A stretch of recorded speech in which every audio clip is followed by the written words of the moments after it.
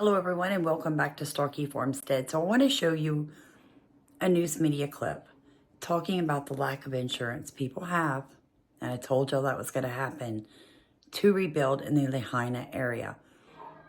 That's the first clip. The second clip you're going to see is Eddie Garcia just telling you guys what they're building with the tiny homes. Now I just put a call out to him. He didn't answer, so I left him a voicemail and I left him a text message asking, hey Eddie, when are y'all going to be doing mass build outs of the tiny homes? Because I think we're going to go back, Stephen and I, and we're going to work.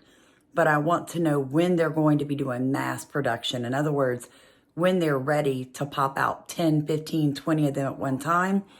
And that'll be all that we do for an entire week, is go every day and help them put these modular tiny homes together. And so I'll let you guys know as that progresses, as those plans begin to come together. We'll keep you updated. But I just wanted to show you what the Hawaii News is talking about with the lack of insurance, and then remind you it's not all bad. There are boots on the ground in Maui, people who were already ahead of the game. They knew this was going to happen. People like Eddie Garcia knew that people were going to be underinsured or not insured at all, and FEMA's not going to replace the cost of your home. Guys, I'm from Louisiana. We have major disasters every single year. I've lost everything. I told y'all the 2016 flood, we lost everything. And they gave us $5,000 for 3 adults. So you got to build your life back. And we did. God's good. He provides. But I wanted to leave it on a good note. So please enjoy the videos. Please like, comment, and subscribe. I'll keep you updated as we plan trip number 3 to Maui. Lifetime. How'd you do this? All new tonight, more Lahaina property owners are learning they don't have enough insurance coverage to rebuild. Our Daryl Huff found out the problem is so widespread, even a state senator who helped write Hawaii's insurance laws may come up short. People who own condominiums in Lahaina have the most complicated insurance situation. They've got one policy on the contents of their apartment and another held by the association on the whole building. And some of those associations do not have enough coverage. One of those was a 189-unit condo called Aina Nalu. From the air, you can see its building's double X layout silhouetted in ash. The complex of 2-bedroom units was a cozy, comfortable community for retired Senator Roz Baker. And we'd have people over, we'd have potlucks and all sorts of things. It was a nice place to live. I was really heartbroken when it burned down. For years, Baker chaired the powerful Senate Consumer Protection Committee, which handled condo and insurance laws, which require condos to carry enough insurance to rebuild.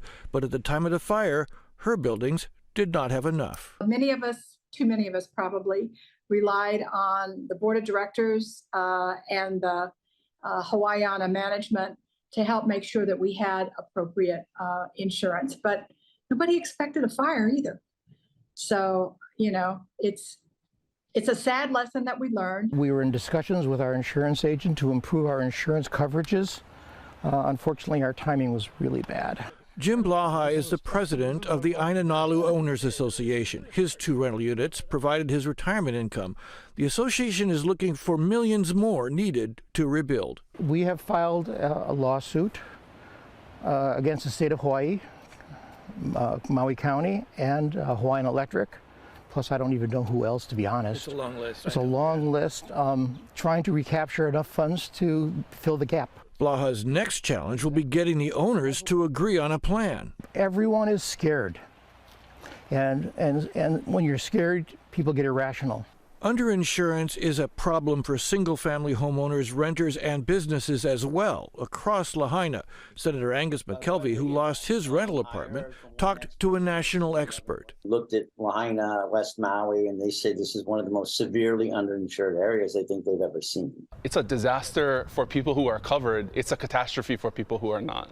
At this resource fair for the Filipino community, it was clear that many working-class residents were completely uninsured. We never really know about it. It's just not part of our customs to have renter's insurance. I feel so many of them, they've expressed to me just their fear of where do we go from here Is it better for me to cash out and go somewhere else? Maui's Congress member, Jill Takuda, says people should seek help to negotiate insurance settlements and find federal disaster assistance that could bridge the gap. If we do not make sure people understand all the options to them, programs available to them, see a path forward for themselves, we're going to see a significant outmigration of Lahaina residents. I'm still an optimist, and I believe that those of us that want to be a part of the rebuild, there must be a way that we can do that. There are a number of things that condo owners and homeowners have in common here in Lahaina, and one of the biggest is uncertainty. Reporting from Lahaina, Daryl Huff, Hawaii News Now. Super huge impact on the ag land. Absolutely. We want to farm, so we don't want to compromise where we're farming. Right. But so right now we cleared a little bit of our farm, and we have all sorts of different things going on here. We have tiny modulars, we have containers, we have a whole little setup here.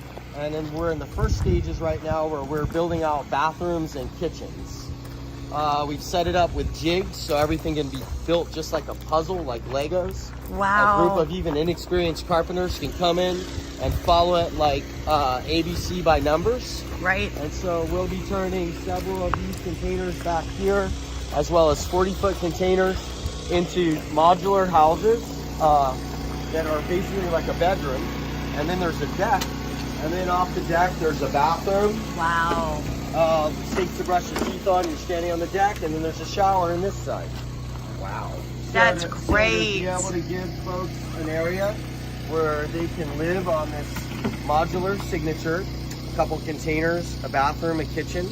They have contained gray water, contained black water. They have a solar system that comes with it and satellite, so they're not taxing any of the systems. They're completely off grid. Yeah. Now we can allow folks to be able to get on certain, if it's an auntie's yard, if it's on a piece of ag land, if it's in a residential right in the driveway. That's right. We can house folks where they can get the next year or two and feel like they have a home. And it's theirs. We're giving it to them 100% for free. I love that. And then they can actually take it onto their land that's been burned as soon as it's safe enough. And now they have a bathroom and a shower. That's right. Even if they're staying somewhere else where they're building, or they're staying right there and So building. they can actually clean up after they work on their property, like you said, and if they go back somewhere else, that's fine. But they ideally, you know, a lot of folks, I know how they are. They'll be farming and they'll be like planting things and have their chickens there. And like That's that's right. how it is That's over right. here. That's You how know, we are in so Louisiana. For us to be able to help get some folks into a stable area, these are the pods knocked down like that, those white ones. Those things are all insulated. The containers, you won't recognize them because we'll insulate them very similar. We have a refrigerated container, and we'll grow hundreds of thousands of pounds of food here that will feed our community for the next year or two free of charge.